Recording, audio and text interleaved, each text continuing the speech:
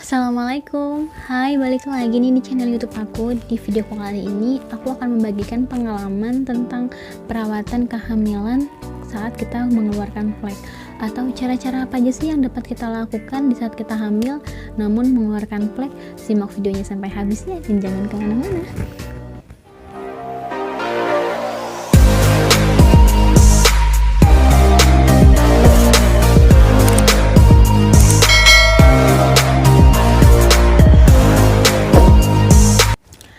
Buat kamu yang mengalami flek atau baru tadi mendapatkan flek, ini loh beberapa cara yang bisa kamu lakukan. Mudah-mudahan dari pengalaman aku ini bisa kita sama-sama menjadikan pembelajaran, sama-sama menjadi penyemangat agar kita bisa lebih optimal lagi dalam melakukan perawatan kehamilan. Nah, yang pertama yang bisa kamu lakukan adalah langsung ke bidan atau ke dokter. Jadi waktu kamu misalkan mendapatkan flek tuh di celana dalam kamu harus ke bidan ataupun ke dokter. Please, kamu jangan mikir itu flek implantasi dulu deh. Kamu ke dokter dulu, biarkan dokter, biarkan bidan yang memutuskan apa sih yang terjadi sama kamu sebenarnya gitu. Persoalan ini flek implantasi itu nanti dulu, mau flek itu sehari 2 hari udah tuh berhenti ya nanti dulu. Yang penting kita udah bidannya dulu, ke dokternya dulu, biar ditanganin, melakukan pemeriksaan, dan setelah itu bidan atau dokter akan memutuskan apa yang harus kita konsumsi, apa yang harus kita lakukan. Nah, itu yang harus kamu lakukan dulu, ke bidan ataupun ke dokter ya. Pokoknya pas kamu dapet flek, mau ke dokter atau ke bidan pas jadwal hari libur kayak gitu, kamu harus langsung istirahat total dulu deh, langsung rebahan untuk meminimalisir darah atau fleknya tidak semakin banyak. Nah, di saat kamu ke bidan ataupun ke dokter, ada loh yang penting kamu bawa, penting banget harus kamu bawa. Iya, suami. Loh ya jelas lah bawa suami, kan diantar. Hei, tidak, nggak semua istri yang lagi hamil berkesempatan diantar sama suaminya. Masih ada yang secara mandiri datang sendiri ke bidan, datang sendiri ke dokter. Buat kalian hebat. Tapi di saat kalian memang lagi ngeflek, lagi bermasalah, please ajak suami ataupun ajak mertua. Kok mertua sih gitu kan? Karena gini, ngajak suami ataupun mertua itu untuk kita meminimalisir kesalahpahaman. Karena tidak sedikit di belakang itu pada curhat, aku nggak bisa istirahat secara optimal karena suami aku bilang hamil kok dibuat alasan, atau mertua bilang hamil kok dibuat malasan, atau mertua juga bilang dulu ibu hamil si A, si B, si C, si D, itu nggak ada keluhan tuh, biasa-biasa aja, tetap aktivitas tuh kan. Itu yang harus kita hindari. Jadi kita tuh hamil itu harus jaga pikiran kita, jaga kesehatan kita. Jadi untuk meminimalisir kesalahpahaman itu, ajaklah mereka masuk ke dalam, biarkan dokter yang memberikan saran itu didengar langsung. Oh pak, istrinya harus istirahat total, nggak boleh ini, nggak boleh itu. Oh bu, menantunya harus istirahat total, nggak boleh banyak gerak, nggak boleh bekerja sekian minggu atau sekian bulan. Biarkan, karena apa? Beda antara kita yang ngomong sama dokter langsung ngomong itu kan berbeda ya. Tapi kalau buat kamu yang memang punya mertua pengertian, ya nggak masalah gitu, silahkan. Tapi menurut aku emang penting, kalau emang suami nggak bisa, minta antar mertua untuk menemani, untuk mereka mendengarkan apa sih yang kata dokter gitu, biar istirahat kita, perawatan kehamilan kita lebih optimal lagi. Dan kenapa juga harus mengajak suami ya? Karena secara tidak langsung menjadi apa ya, ada ikatan emosional ya antara istri dan suami. Si suami ngelihat si istrinya mukanya panik, pasti kan panik ya, nangis, tegang, secara tidak langsung suami itu akan memberikan kayak udah sabar, kayak itu kan kayaknya kita emang lagi membutuhkan itu banget gitu kan, sabar gitu, tenang. Tapi kalau kita ke dokter sendiri, ke bidan sendiri, bawa motor, bawa mobil, terus suami kita ceritain, itu akan beda responnya, itu akan beda apa yang kita lihat secara langsung, kita menceritakan dengan kita melihat langsung dia mengantarkan, itu akan beda banget. Nah, jadi itu penting banget menurut aku. Setiap kalian periksa mau kehamilan kalian itu bermasalah atau tidak, ajak suami. Aku sendiri kalau periksa emang selalu bawa suami selain diantarkan, karena emang aku nggak bisa bawa kendaraan. Biar suami itu tahu sendiri apa yang akan informasikan dari dokter gitu kan. Karena gini, di tempat aku kan tinggal di tempatnya suami, itu perempuan-perempuan yang hamil tuh kuat-kuat gitu. Ya memang sih kita nggak bisa membandingkan kok kehamilan kita kayak gini, kehamilan orang kayak gini, aku cuma ingin minimalisir biar nggak ada kesalahpahaman. Jadi perempuan-perempuan tempat aku tuh hamil itu masih bisa nanam padi, masih bisa ngederes karet, masih bisa ke ladang, masih bisa beraktivitas seperti biasanya gitu kan.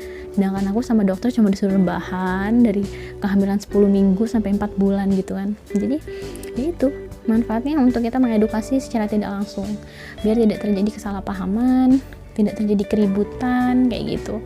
Karena kerjasama saat kita mengalami kehamilan yang bermasalah itu penting banget. Dan yang kedua yang dapat kamu lakukan adalah di saat kamu sudah mendapatkan diagnosa dari bidan ataupun dokter bahwa kehamilan kamu ini walaupun flek tapi tetap baik-baik aja, dalam artian kamu hanya diharuskan istirahat total agar tidak ada pelepasan plasenta. Kalau aku sih kayak gitu dulu, itu diingetinnya kamu udah bener-bener nggak boleh banyak gerak, yang dikhawatirkan nanti ada pelepasan plasenta kayak gitu kan. Kamu harus bener-bener inget tuh pesan dokter, nggak usah bandel. Walaupun di saat kamu lagi posisi rebahan, di saat kamu lagi dalam perawatan, tiba-tiba ada orang yang datang, kan biasanya dia nengok gitu ya, ada yang datang dia nengok terus bilang hamil kok diem aja, hamil kok cuma rebahan aja, hamil kok cuma tiduran aja, hamil kok malesan. Udah, jangan didengar, tutup kuping, terserah dia mau ngomong apa gitu. Yang penting kita menurut aja kata dokter tuh lebih tahu gitu kan. Dan nggak usah menjelaskan apa yang kita rasain ke mereka, karena mereka juga nggak akan paham, karena mereka sudah terburu-buru menilai kita seperti itu. Udah, diamin aja, senyumin aja. Kalau aku sih aku senyumin, karena aku sempat mendapatkan hal seperti itu. Hamil kok udah nggak bisa jalan lagi, udah jangan dijelasin gitu. Nah tadi itu masih ada kaitannya sama kita mengedukasi suami atau mertua. Biarin aja ya mertua atau suami yang menjelaskan seperti itu, karena kalau kita yang menjelaskan kita pasti tetap dinilai lemah segala macam kayak gitu ya. Jadi kalau kata dokter kamu harus rebahan, istirahat total, tolong ikutin instruksi dokter, karena mereka yang lebih tahu gitu kan. Kita udah berusaha, udah mengeluarkan uang, terus kita masih bandel, ya mau kayak gimana gitu. Jadi bener-bener harus rebahan. Kata dokter aku emang capek tapi emang ini harus dilakuin ya. Jadi jangan pernah dengerin omongan orang, mau dibilang apapun terserah, yang penting kamu jalanin perawatan kehamilan kamu dengan baik. Dan yang ketiga, kamu harus banyak minum. Tapi kan mual, muntah, terus mau ngalah gitu aja? Enggak kan? Orang yang kehamilan tidak bermasalah aja itu harus banyak mengkonsumsi air minum untuk menjaga agar ketubannya banyak, apalagi kita yang ngeflek ya. Jadi kamu harus banyak minum. Aku sendiri waktu itu emang mual, mulut aku ini kayak kerasa hambar gitu, kalau nelan ludah itu rasanya kayak mau muntah. Apa yang aku lakukan? Aku minum air es. Iya, air esnya itu kayak es cendol. Iya, aku memang bener aku minum es cendol, tapi nggak setiap hari. Terutama air es itu air mineral yang dingin, air putih dingin yang nggak ada pemanis. Aku selalu minum ini, dan ini bener-bener ngebantu aku ngurangin dari rasa mual. Walaupun banyak yang bilang itu ngebesarin janin. Memang benar, minum air es itu ngebesarin janin, aku percaya. Tapi kata dokter kalau kamu minumnya pakai pemanis. Tapi kalau kamu minumnya cuma air putih biasa, air mineral biasa tapi dingin, itu nggak masalah. Nah, jadi ya udah deh, karena dokter udah bilang itu aman, aku minum itu. Karena apa? Kalau aku minum air es, aku bisa berbotol-botol minumnya, bisa banyak, bisa sampai 3 liter. Tapi kalau minumnya itu air putih biasa, beneran mual, rasanya nggak enak gitu kan. Aku tidak membatasi asupan minuman aku, kecuali ya nggak yang kayak minum-minuman pemanis buatan kayak gitu, nggak. Kayak misalkan buat jus, yang jus alpukat ataupun jus semangka kayak gitu yang campur es, itu aku juga minum itu. Terus minum air kelapa, kata dokter nggak apa-apa minum air kelapa. Jadi aku minum air kelapa di usia kehamilan 5 minggu. Alhamdulillah selama aku SG nggak ada masalah sih, alhamdulillahnya. Tapi ya kalau kamu memang merasa takut nih minum air kelapa, ya udah jangan gitu. Yang penting pesan aku hanya cukupin air putih kamu agar kita tidak terdehidrasi, tidak kekurangan cairan, karena itu tidak baik. Dan yang keempat yaitu makan. Mual nih, ya pasti aku juga mual. Walaupun mual aku tuh, kalau mual yang uwe-nya tuh gede banget kayak raksasa, kayaknya tetangga aja denger gitu kan. Tapi kamu mau gak mau, suka gak suka, kamu tetap makan. Mual, iya aku tahu, aku juga mual. Bahkan aku itu kalau misalkan mual itu emang gak ngeluarin apa-apa. Tapi di saat aku muntah itu gak ada aba-aba. Jadi di saat aku makan, naruh piring, tiba-tiba tuh nasi tuh keluar sendiri. Gak ada rasa mual, gak ada rasa takut, nasi tuh keluar sendiri, gak nerima di perut gitu. Terus aku nggak ngalah dengan keadaan yang kayak gitu. Aku tetap makan dengan cara makan singkong rebus, kentang rebus, mantang rebus, kacang rebus, jagung rebus, telur rebus, tahu rebus. Pokoknya aku makan semua itu sampai aku ngerasa kenyang. Itu kan cemilan, iya benar. Tapi daripada nggak makan sama sekali, nanti di saat kita sudah bisa makan nasi sedikit-sedikit, ya udah kita lakuin. Tapi jangan sampai di saat kita ngerasa mual dan muntah tuh kita nggak makan apa-apa sama sekali. Nah itu yang nggak baik. Jangan kalah sama keadaan. Karena apa? Kita ini lagi ngisi dua badan gitu, badan kita dan janin gitu kan. Jadi semuanya harus optimal. Makan harus wajib, apapun itu, mau biskuit, mau roti, pokoknya kasih dulu deh perut kamu ini makanan. Kalau kamu bilang udah nggak bisa makan apa-apa lagi, minum aja muntah, ya udah minta dirawat. Kamu harus butuh perawatan kalau udah kayak gitu ya. Jangan dianggap sepele. Nutrisi itu penting banget loh, beneran. Ini kamu harus makan. Dan yang kelima yang bisa kamu lakukan adalah minum vitamin secara teratur. Nah ini juga masih banyak loh orang-orang ibu-ibu hamil yang nggak bisa atau nggak mau minum vitamin. Ya sama, aku juga, aku suka kelupaan minum vitamin. Nah itu karena apa? Aku juga kadang-kadang emang malesan minum vitamin. Cuma semales-malesannya aku minum vitamin itu nggak pernah sampai nggak minum. Paling cuma telat, kayak misalkan seharusnya dikonsumsinya pagi, aku minumnya pas malam. Kayak gitu. Emang males banget minum vitamin, tapi emang harus kamu minum. Terus aku kalau minum vitamin muntah, ini yang harus kamu koreksi. Di saat kamu minum vitamin kamu muntah, pastikan dulu kamu minumnya sesuai instruksi enggak. Biasanya vitamin itu diminum sesudah makan. Aku juga muntah kalau aku minumnya sebelum makan. Misalkan gini, kan kadang-kadang kita itu nggak ada rasa lapar, tapi belum makan gitu. Tapi perutnya nggak perih, nggak lapar, tapi kita belum makan. Terus kita minum vitamin. Itu pasti kalau aku sendiri muntah. Nah mungkin kamu juga kayak gitu. Jadi kamu harus minum vitamin sesuai instruksinya, minum sesudah makan. Aku udah makan juga masih tetap muntah. Nah ini harus dipastiin kamu kekenyangan gak? Kamu udah makan, udah minum, terus kamu minum vitamin. Kalau kamu kekenyangan, perut kamu yang udah kenyang, kamu pasti muntah. Sama kayak aku. Kalau aku juga, kalau udah kekenyangan, aku pasti itu muntah. Makanya minum vitamin itu, makanya jangan terlalu banyak, jangan terlalu kita tuh kenyang banget, biar vitaminnya bisa masuk. Tapi kalau kamu memang benar-benar udah nggak bisa minum vitamin, kamu udah meyakinkan bahwa kamu sudah makan dan tidak kekenyangan, tapi masih juga nggak bisa minum vitamin, kamu balik lagi deh ke bidan dan ke dokternya. Kamu bilang kalau kamu minta diganti vitaminnya. Siapa tahu nih kamu kayak aku ini nggak bisa loh minum vitamin yang gede-gede, pasti mau keluar lagi, atau aromanya terlalu nyegrek gitu. Kan ada sih vitamin yang aromanya kayak minyak ikan, kayak vanili, kayak itu kan, itu ada ya. Nah kamu bisa minta ganti ke dokternya biar kamu tetap mendapatkan asupan dari vitamin itu. Nggak usah dia minum vitamin, kan bisa dapat dari makanan. Yakin? Ya itu sih terserah bagaimana kamu mau mendapatkan itu. Kalau memang kamu orangnya pintar masak, bisa tetap memastikan kandungan nutrisinya itu terjaga dan sesuai gitu kan. Kayak misalkan kandungan asam folat itu ada di pisang kan. Dalam satu hari ibu hamil itu perlu 400 mg apa sih kalau kandungan asam folat tuh, pokoknya membutuhkan 400. Nah kamu bisa yakin nggak berapa banyak pisang yang harus kamu makan untuk mencapai kandungan ini ya? Kalau emang kamu bisa yakin seperti itu, ya silahkan, kamu gak usah minum vitamin, kamu makan buah aja. Begitu juga dengan sayuran. Misalkan asam folat bisa didapat dari makan sayuran ini gitu. Kamu bisa yakin nggak kamu harus berapa banyak kamu makan sayuran itu? Ditimbang dulu itu, nyampe nggak 400 gitu. Terus kamu bisa meyakini kalau kematangan itu tidak merusak gizinya. Kalau aku pribadi sih, karena aku nih orangnya masaknya masih yang belum bisa sempurna, yang kadang-kadang makan masak sayur bayam aja masih suka kematangan, aku emang lebih baik minum vitamin gitu, selagi itu vitamin memang diresepin sama dokter dan bidan gitu kan.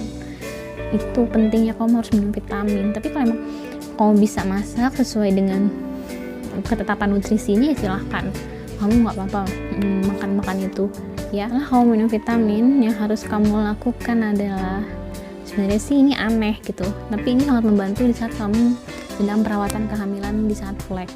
Apa itu? Jauhin handphone ya, handphone kamu harus menjauhi ini. Kenapa? Karena ini bisa jadi ladang stres. Di saat kita itu mengalami kehamilan, pasti kita akan cari grup kehamilan tuh.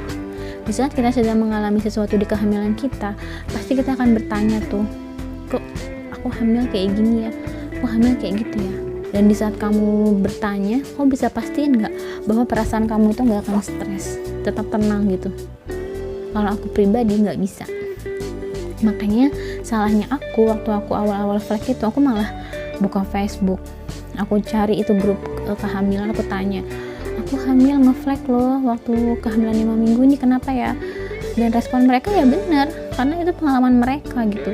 Aku kemarin kayak gitu hamil BO, aku kemarin kayak gitu hamil anggur, aku kemarin kayak gitu kehamilan di luar kandungan, dan aku kemarin kayak gitu tuh keguguran. Banyak banget pengalaman mereka dan kita terima semua. Secara tidak langsung kita udah stres duluan mikirnya gitu, padahal kita belum periksa. Ataupun kayak aku udah periksa nih, dokter udah bilang janin aku berkembang dengan baik sesuai dengan usia kehamilannya. Di saat aku main handphone ngeliat postingan ibu-ibu yang bilang, "Bun, aku keguguran nih di usia kandungan segini, padahal kemarin baik-baik aja," stres lagi aku, ngerasa kayak ketakutan gitu. Aduh, gimana ya kalau aku? Akhirnya apa? Aku jadi nggak bisa tidur, aku nggak bisa makan, aku nggak bisa minum vitamin, dan akhirnya aku nggak bisa ngejalanin perawatan kehamilan aku dengan baik dan sempurna. Nah, kalau kamu yang bisa meyakini kamu main handphone, buka Facebook gitu nggak kenapa-kenapa, ya silahkan. Tapi buat kamu yang punya panikan kayak aku, kekhawatiran yang luar biasa, mendingan jangan. Kamu cari hiburan yang lain deh, nonton TV, baca buku, mengaji, ataupun hal-hal yang nggak buat kamu capek tapi buat kamu terhibur ya.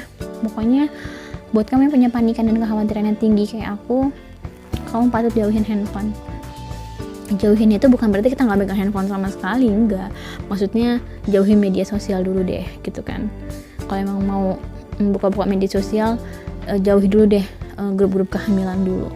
Nanti di saat kehamilan kamu sudah membaik ataupun di saat perasaan kamu sudah tenang, silahkan kamu mulai berdiskusi lagi, karena memang penting juga kita berdiskusi dengan para ibu-ibu hamil lainnya. Nah, itu dia cara yang bisa kamu lakukan. Mudah-mudahan dengan cara-cara itu kamu bisa menjalankan perawatan kehamilan dengan baik. Maaf kalau kalimatnya belibet, karena aku nggak sempat membuat skrip kalimat kayak gitu. Jadi apa yang aku rasain, apa yang aku pikirin, itu yang aku keluarin. Kalau kalimatnya acak-acakan juga, aku minta maaf. Intinya kamu harus menjaga kehamilan kamu dengan ketenangan dulu deh, ketenangan pikiran. Itu penting banget. Kamu nggak boleh stres. Kamu harus yakin kalau kamu bisa melewati masa-masa ini, kamu bisa melewati fase-fase ini. Pokoknya kamu jalani kehamilan kamu versi kamu sendiri. Jangan mudah terpengaruh. Edukasilah diri kamu dengan ilmu-ilmu parenting. Edukasilah diri kamu dengan ilmu-ilmu tentang ilmu-ilmu kehamilan. Sekarang tuh mudah banget mau kita mengedukasi diri kita tentang kehamilan, tentang program hamil, tentang melahirkan, tentang merawat anak. Itu semua udah banyak di Instagram. Kamu tinggal buka aja salah satu dokter yang mau kamu lihat tulisannya, di situ udah terpapar semua. Jadi tinggal bagaimana kamu mengedukasi diri kamu sendiri, dan itu sangat penting loh, mengedukasi diri sendiri agar kita itu tidak terpengaruh. Setidaknya kita punya keyakinan sendiri, oh iya kata dokter kan kayak gini, nggak apa-apa ya. Jadi hamil itu harus mencari kenyamanan, bukan ketegangan. Kalau kamu tegang itu repot banget, kamu nggak akan secara optimal merawat kehamilan kamu. Dan sekian video dari aku hari ini, mudah-mudahan bermanfaat. yang sedang hamil dan mengalami keluhan flek sama kayak aku, semangat, tetap jalani perawatan kehamilan dengan baik, sabar, tetap dikonsumsi vitaminnya, makan dan minum secara teratur. Kalau kalian ada yang mau ditanyakan tentang topik hari ini, kalian bisa komen ataupun DM di Instagram aku, nanti aku balas ya. Sehat selalu para bumilku dan sampai jumpa.